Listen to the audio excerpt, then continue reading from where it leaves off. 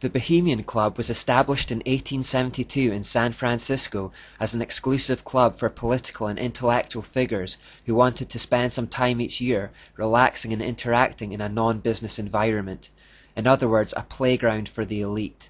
They began camping at the present site of what's known today as Bohemian Grove, 2,437 acres of private redwood forest sealed off by security.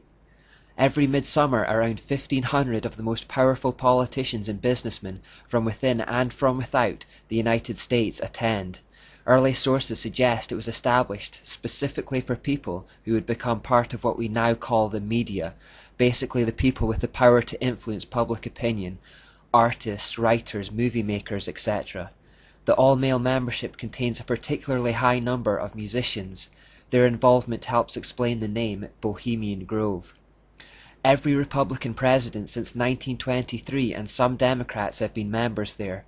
Cabinet officials, directors and CEOs of large corporations, including major financial institutions, also attend.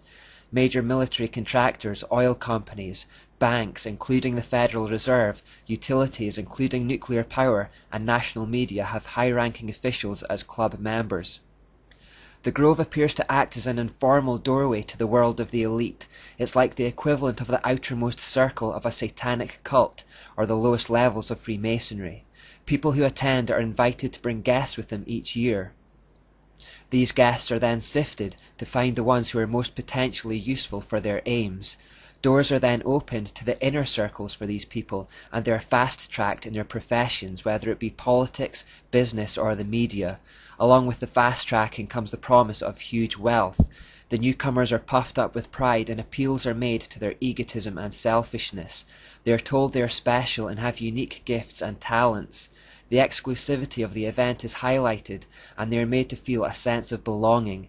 This is all designed to transfer their loyalties away from mankind in general, the masses, towards the establishment or the elite.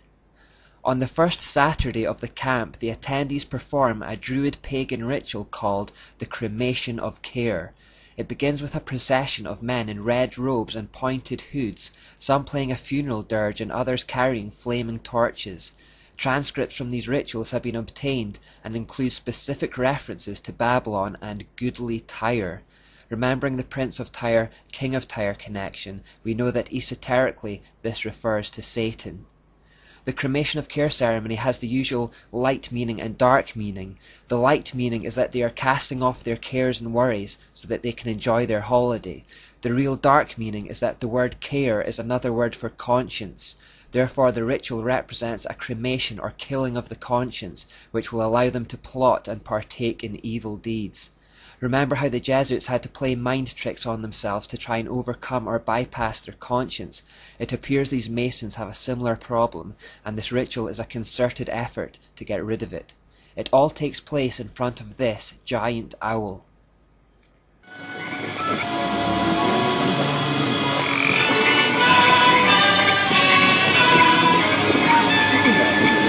Time malevolence which would pursue us here has lost its power under these friendly trees.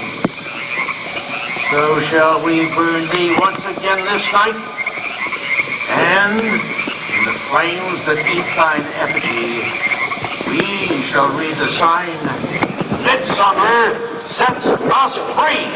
Ye shall burn me once again.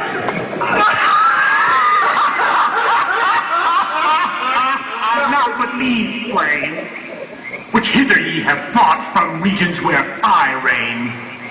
Ye fools and priests, I spit upon your fire. Wow. Great son of all mortal wisdom, Owl of Bohemia, we beseech thee, grant us thy counsel. O great Owl of Bohemia, we thank thee for thy adjuration.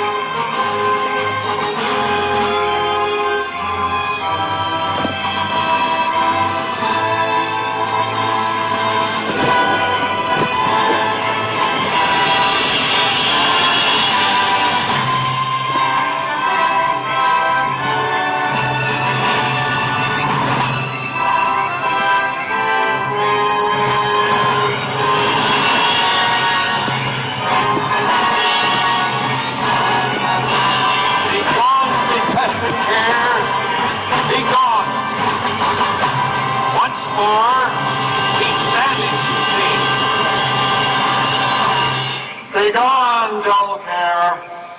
Fire shall have its will of thee. Begone, dull care.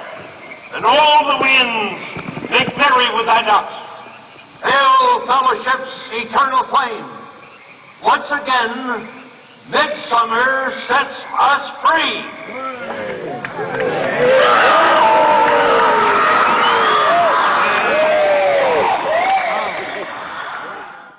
Pretty scary stuff, right? But this is what the elite call a good time on their holidays. Now, most accounts suggest that this owl is the form of Baal called Molech. He is mentioned in the Bible as one who demands child sacrifice and fire. However, the owl imagery aligns it more with Lilith, Athena, or Asherah, the goddess in other words. I could be wrong, but it seems more likely that this is an idol for her. Ultimately, it doesn't really matter, as both are just facets of Satan. But given what we know about Lilith, it's also interesting that cross-dressing is apparently prevalent at the Grove, as it is with many occult societies that honour her. The Nebraska-based Knights of Aksar Ben are reported to participate in a festivity called High Jinks in Hades involving cross-dressing. A similarly named activity goes on at Bohemian Grove, where it is reported that the men and boys parade in women's clothing or dress up as Egyptian goddesses. Gender ambiguity in the ancient Mediterranean world was prevalent wherever the goddess Ishtar or Asherah was worshipped. Indeed, they had cult festivals specifically characterized by cross-dressing. There was one thing I didn't mention about the $1 bill before. It's an owl that sits in the top right-hand corner, seen in this photo. Interestingly, some see a spider in this image instead of an owl. Personally, I believe it's an owl, but it's interesting that this sign exists at the entrance to Bohemian Grove. It reads, "Weaving spiders come not here," and so we have a sign here that combines both the owl and the spider. Manly P. Hall confirms and elaborates on what the evidence seems to support. Not only were many of the founders of the United States government Masons, but they received aid from a secret and august body existing in Europe, which helped them to establish this country for a peculiar and particular purpose, known only to the initiated few. Before we finish off this third section covering the Enlightenment era and move on to the present day, we need to explore more about this European secret body who were aiding the establishment of a Masonic America.